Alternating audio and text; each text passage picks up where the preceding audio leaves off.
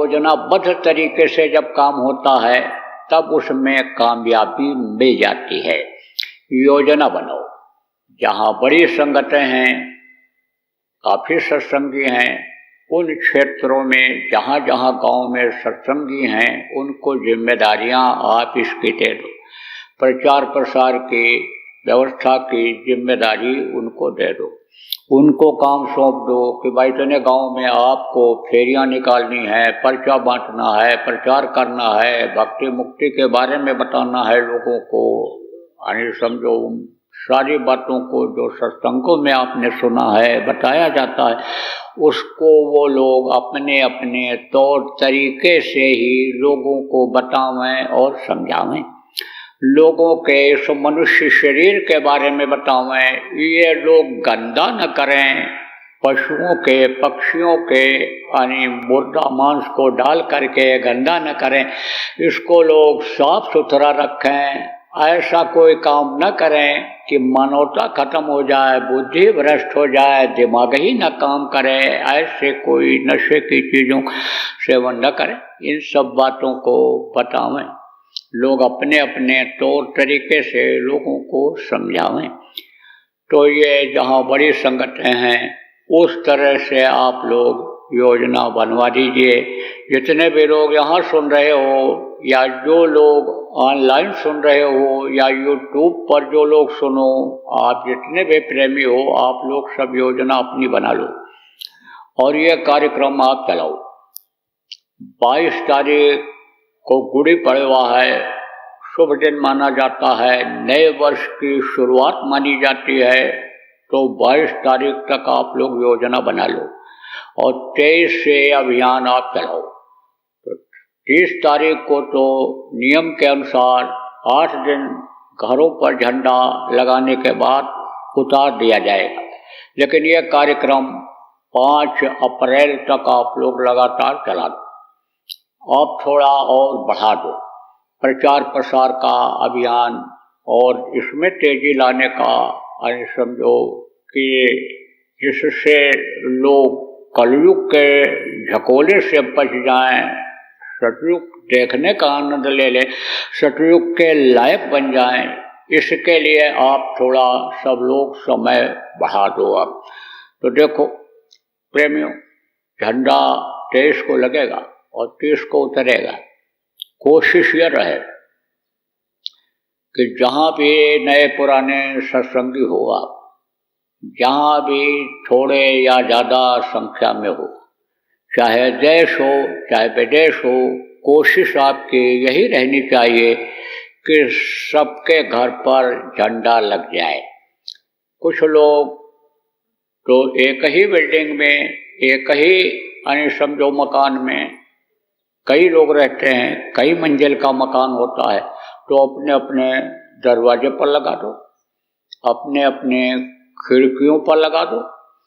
अपने दरवाजे पर लगाने का नहीं है, खिड़की में भी नहीं लगा सकते हो, तो आप अपने दरवाजे पर कागज में लाल रंग से जय गुरुदेव लिख करके और वहीं पर चिपका दो, या गेरू से या पेंट से या ऐसे स्टिकर जय गुरुदेव लाल रंग का लिखा हुआ सफ़ेद पर, सफ़ेद पीछे का हिस्सा होना चाहिए जिसको बैकग्राउंड कहते हैं। उसमें अक्षर उभर करके आ जाते हैं, दूर से भी दिखाई पड़ते हैं। वो रंगीन कर दोगे अक्षर साफ नहीं दिखेंगे, तो दिखाई पड़े लोगों। जिसकी नज़र जाएगी उस जय गुरुदेव नाम के ऊपर जाएगी। जय गुरुदेव नाम को इतने दिनों में जो ये आपका संकल्पित प्रचार है, इसमें जितने भी लोगों की नज़र उस जय गुरुदेव नाम पर पड़ेगी, उसको भी कुछ न कुछ फायदा होगा, उसको भी कुछ न कुछ लाभ मिलेगा, उसके भी कुछ न कुछ कर्म कटेंगे, उसके भी कुछ न कुछ भाव जगेंगे। इसलिए जो झंडे का दर्शन करेगा इतने दिनों में, जो जय गुरुदेव नाम को पढ़ेगा, उसको भी कुछ न कुछ लाभ मिल जाएगा। जब लाभ मिल जाएगा, लोगों के विचार बदलेंगे, भावनाएं जब बदलेंगी, तो आपको प्रचार प्रसार में भी सहूलियत मिलेगी, लोगों को बदलने में भी सहूलियत मिलेगी, अच्छा समय दिखाने में भी मदद मिलेगी, मुक्ति मोक्ष दिलाने में भी प्रेमियों मदद मिलेगी। तो आपका भी भला होगा और उसका भी भला होगा, उसका भी लाभ होगा, आपको भी लाभ मिलेगा। इसलिए झंडा कोशिश करो कि ज़्यादा से ज़्यादा लोगों के घरों पर लग जाए, ज़्यादा से ज़्यादा लोगों के दरवाज़ों पर जय गुरुदेव नाम ये लिख जाए। सफ़ेद कागज़ पर लाल स्याही से लिख करके चिपका दें, टेप लगा दें, कोन लगा दें, कोई फिक्स तमाम तरह की चीज़ें चिपकाने वाली आती हैं। स्टिकर ही ऐसे बनते हैं कि जिसको ऐसे खाली उजाड़ो और चिपका दो। तो ये काम यानी समझो कि लोग करें, लेकिन ये काम अपने अपने घरों में जो भी नए पुराने लोग हैं जब करने लग जाएंगे, झंडा लगाने लग जाएंगे, तो नए लोग भी लगाएंगे, नए लोगों को भी बताएंगे तो प्रेरणा मिलेगी। तो जितने भी जय गुरुदेव नाम के प्रेमी हैं, जय गुरुदेव नाम से जुड़े हुए हैं, चाहे नए हों चाहे पुराने हों, चाहे जिस राह पर जाने वाले हों, सबसे मेरी ये आग्रह है, निवेदन है कि आप सब लोग अपने अपने घरों पर झंडा फहरा दो। आप सब लोग अपने अपने घरों पर जय गुरुदेव नाम का स्टिकर लगा दो, लिख दो, जो भी आप जैसी सुविधा हो ऐसा करो। विदेशों में लोग कम हैं, जहाँ अन्य देशों में अब तो समझो कि सभी प्रदेशों में भारत के अपने प्रेमी हो गए, लेकिन जहाँ कम हैं वहाँ भी लगाओ। और रही बात यह है प्रचार प्रसार की, जहाँ पर कम लोग हैं वहाँ आप सब मिलकर के आपस में मिलकर के योजना बना लो। कैसे भी जहाँ जैसे सुविधा है, सरकारी नियम का पालन बराबर करते रहना है, नियम का उल्लंघन नहीं करना है, नियम के अनुसार करना है। लोगों को रिझा करके, लोगों को समझा करके, हाथ जोड़ करके उनको मनाना है कि जिससे वो अच्छा समय देख लें, उनके अंदर भी प्रभु के प्रति भक्ति आ जाए। जो प्रभु की तरफ से, गुरु की तरफ से विमुख हो रहे हैं, अलग हो रहे हैं, वो भी उनसे जुड़ जाएं। यह प्रयास आप लोगों को करना है।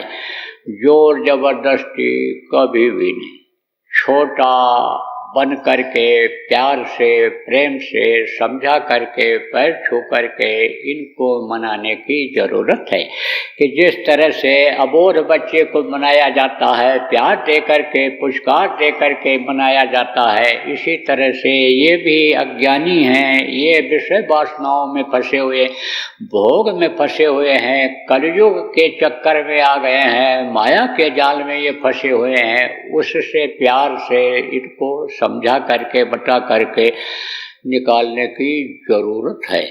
जो जैसा चाहता है प्यार से समझता है, प्यार से सकता है।